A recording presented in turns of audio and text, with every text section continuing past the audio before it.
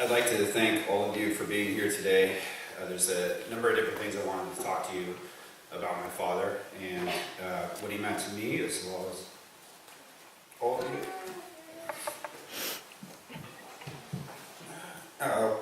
Excuse me. One of the things that it meant the most to my dad was that of friends and family.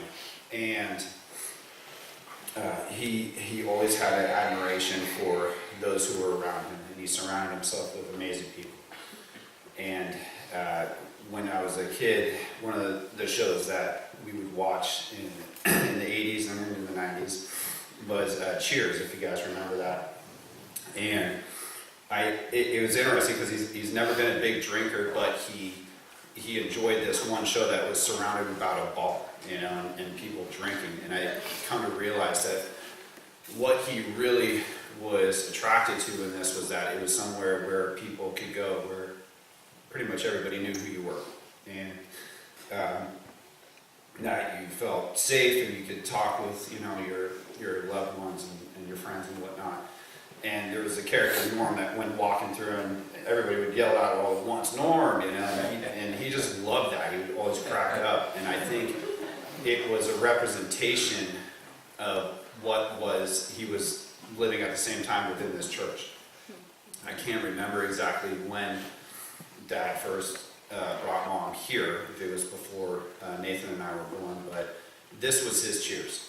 This was, he would walk through the door, and it was, instead of Norm, it was Hank, or whatever. And, he loved it, and so just know that this church meant a great deal to him.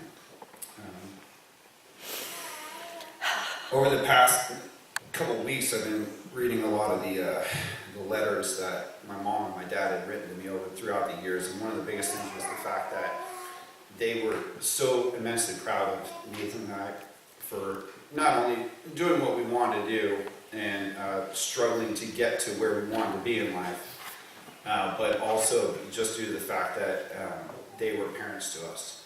And they reiterated it over and over again about the level of pride that they had for their children. And it makes me feel pretty warm inside. Before my mom passed away, which was June of 2008, and ironically one of the few times last I've been back here, she and I had a discussion maybe about a month before she passed, and she told me that she did not want my father to live the rest of his life alone.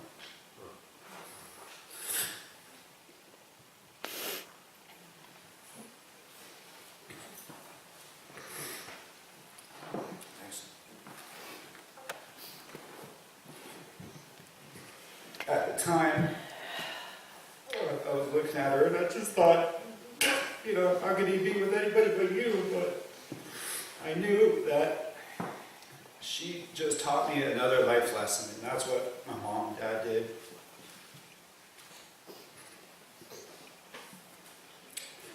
That it's not about you. It's about the ones that you love, and it's about taking care of those people, whether you're here or not. And thankfully, he finally figured out how to work the internet. And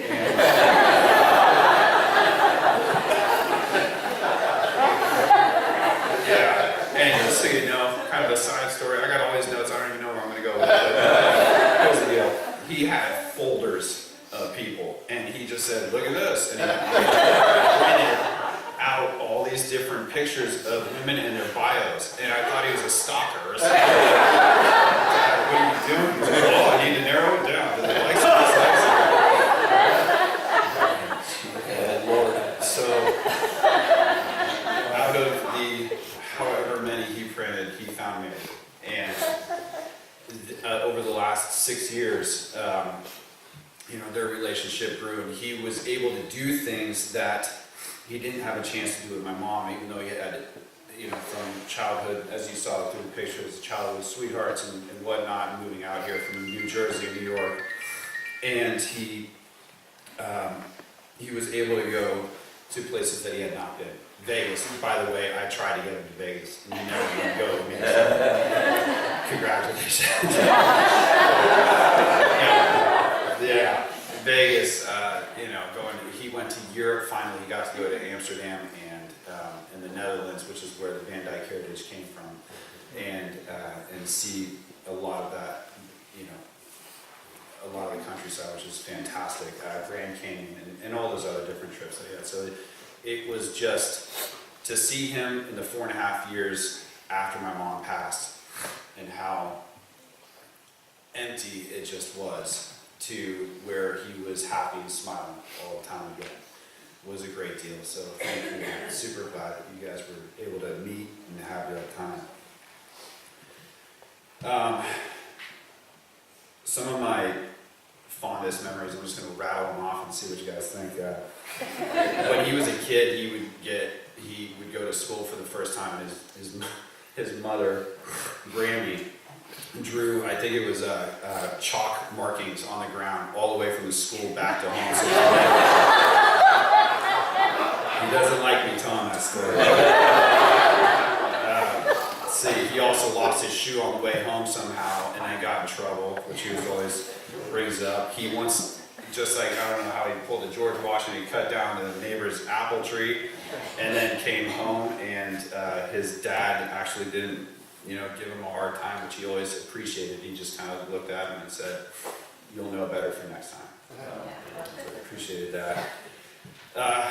One of the slides in there was my dad with a balloon around his head that kind of faded. That was actually from Times Square New Year's Eve. And he and I showed up to New Jersey, and they were like, Henny. And they actually called him Henny, or Great Uncle Henny, which was classical, my family back east. And he didn't like that. He liked Hank, strong. And they said, "What are you going to wear?" And he's like, "Exactly what I got." And he had jeans and a sweater, and it was like negative 12 degrees. And so they started dressing him up, and we ended up, my friend and I, lost him. This is back in 96 to 97. Lost him in the crowd of a million or whatever. So we didn't have cell phones. There's no GPS. There's no hey, I'll text you or anything. It was line of sight, and we looked for hours trying to find my father. And I'm standing on the side next to a police officer, and I just hear this, look over, and there's my father with a balloon wrapped around his head, just fist pumping back there. It was hilarious. I grabbed my little disposable camera, took a picture, and said, "Thank God we found him." So, pretty amazing.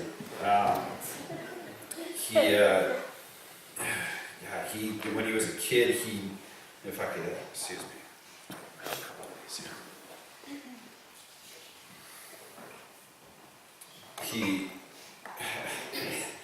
I could read this to you real quick. It was from the summer of '62, and it says, "This man bites a bee, and does he get stung?" And this came from back east. They wanted me to say this because they always would bring it up with him, and he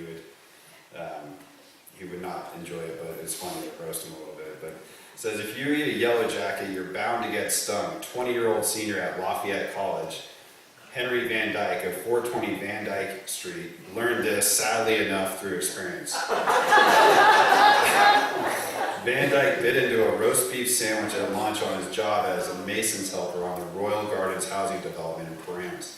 He didn't realize he captured the bee in his jaws until he felt the sting on his lower gum.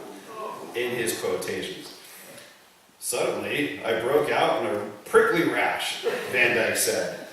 His co-workers took him to the nearest hospital, which actually happened to be it was a bunch of pediatricians. And they hit him up with adrenaline and cortisone in order to subside the swelling. It was just one of those ones where I was like, how did the bee get into your sandwich? How did you get it? And he would always just kind of crack up about it. He had no, what do you call it, ego about him. He just laughed at himself, which I thought was always pretty classic. I think when we were kids, definitely did him pitching to us and playing baseball, and just being a dad for Nathan and I, and a husband to my mom, was just some of those really fond memories that I have. we enjoyed watching Rocky and Rudy, and ironically would both be teary-eyed at the end and blamed it on allergies at the middle of December. But there's just a lot of those kind of memories.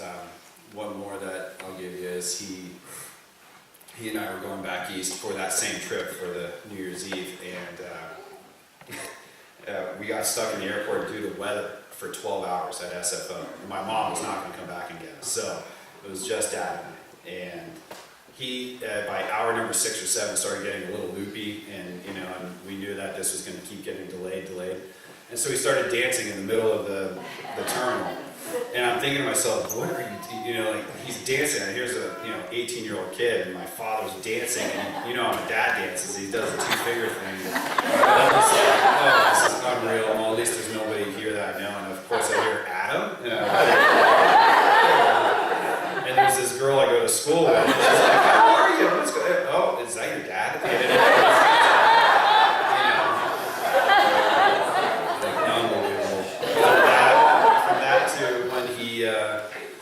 From when he always told me that he was going to show up at my wedding in overalls and a straw hat, and instead he walked down this very aisle to the Lone Ranger soundtrack for his second wedding, which was just like him. There's so many priceless stories, and they, blow his eyeball here, but. A lot of things that I'm going to miss is his genuine smile, his boisterous laughter. He had a spot on his right collarbone that as a kid I used to always go to and put my head and squirt. It's just a perfect curvature, and I could just pass out, and still did it to my adult life. Going to ball games and talking about life. God, the way his face lit up when he saw Logan, my son, for the first time. And, his voice and his genuine friendship. He was a great friend and a tremendous father, so I'm going to miss him. He worked very hard. He got up at 4 o'clock in the morning every day, went to the gym for 2 hours, and then went to work in Sunnyvale or wherever he was working. And then worked all day, went to meetings at night, got home sometimes between 8 and 10.